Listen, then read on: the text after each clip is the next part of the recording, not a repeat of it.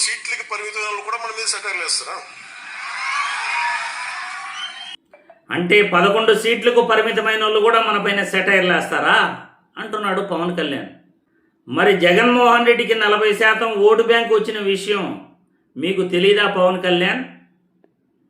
మీకు 8% vote bank ఉన్న విషయం మీకు తెలీదా పవన్ కళ్యాణ్? జగన్మోహన్ రెడ్డి గతంలో అర్ధరాత్రి ఓట్లేసుకుని అధికారం చేజిక్కించుకోలేదు, ఆ విషయం తెలీదా పవన్ కళ్యాణ్ నీకు? 2024 సార్వత్రిక ఎన్నికలలో రాత్రి 8 గంటల నుండి అర్ధరాత్రి 2 గంటల వరకు 53 లక్షల ఓట్లు పైనే వేసుకున్నారు, 3 సెకండ్లకు ఒక ఓటు వేసుకున్నారు అని పరకాల ప్రభాకర్ గారు మాట్లాడుతున్నారు. ఎన్నికల డేటా నిజం చెప్తా ఉంది. అర్ధరాత్రి ఓట్లు ఎవరు వేశారు ఆ వీడియోలు బయట పెట్టండి అని రాష్ట్ర ప్రజలే కాదు దేశ ప్రజలందరూ కూడా ఎన్నికల కమిషన్ను ప్రశ్నిస్తున్నారు. ఆ అర్ధరాత్రి ఓట్లేసిన జనాలు ఎవరు? 5 గంటలకి ఎన్నికలు ముగిస్తే క్యూ లైన్లో ఉన్నవారు బహుశా 1 గంట వేస్తారు, లేకపోతే 1.5 గంటలో ఓట్లేసి వెళ్ళిపోతారు.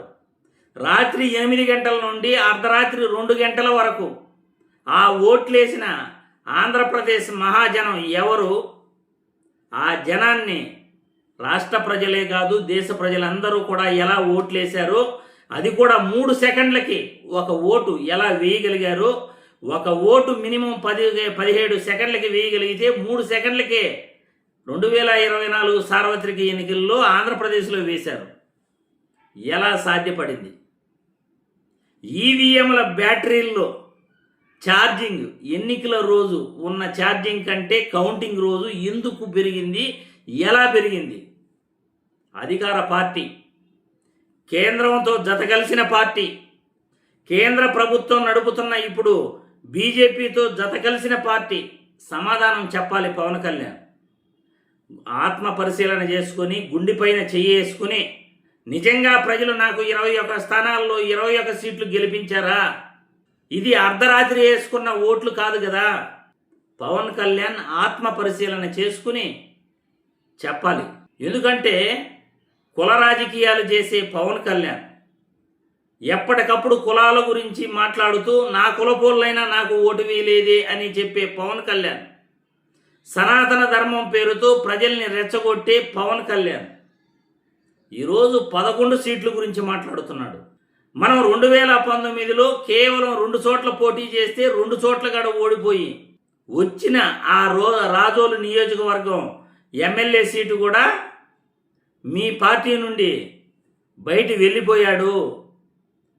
ఆ విషయం పవన్ కళ్యాణ్కి తెలీదా?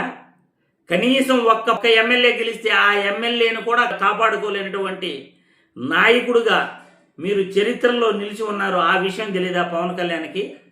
మీరు భవిష్యత్తులో జగన్మోహన్ రెడ్డి ఆయనకు వచ్చిన మెజార్టీలో కనీసం సగం మెజార్టీ అయినా మీరు తెచ్చుకోగలరా? మీకు మీరు ఆత్మ పరిశీలన చేసుకోండి. ఆయనకు 150 సీట్లు వచ్చాయి. కేవలం ఆయనకు 150 సీట్లు వస్తే మీరు కనీసం 50 సీట్లైనా మీరు భవిష్యత్తులో తెచ్చుకోగలరా? మిమ్మల్ని నమ్మి ప్రజలు ఓట్లు వేయగలరా? మీరు ఇచ్చిన హామీలు కనీసం ఒక్కటైనా మీరు నిలబెట్టుకున్నారా?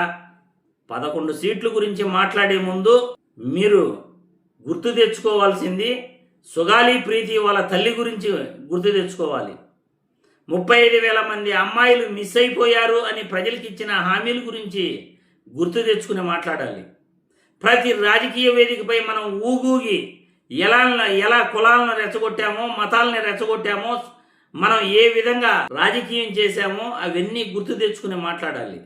మనం సింగిల్గా పోటీ చేశామా, పొత్తులతో పోటీ చేశామా? సింగిల్గా పోటీ చేసింది ఎవరు? పొత్తుల్లో గెలిచింది ఎవరు? ఎవరి బలం ఎంతో? మనకి ఇప్పుడు ఎంత పర్సంటేజ్ ఉంది? జగన్మోహన్ రెడ్డికి ఇప్పుడు ఎంత పర్సంటేజ్ ఉంది? గతంలో ఎంత పర్సంటేజ్ వచ్చింది? అర్ధరాత్రి ఓట్లు తారుమారైతే జగన్మోహన్ రెడ్డి అధికారంలో ఉండేవాడా? ఎంత పర్సెంట్లో ఉండేవాడో? ఇవన్నీ కూడా పవన్ కళ్యాణ్ గుర్తు తెచ్చుకుని 11 సీట్ల గురించి మాట్లాడితే చాలా బాగుంటుంది.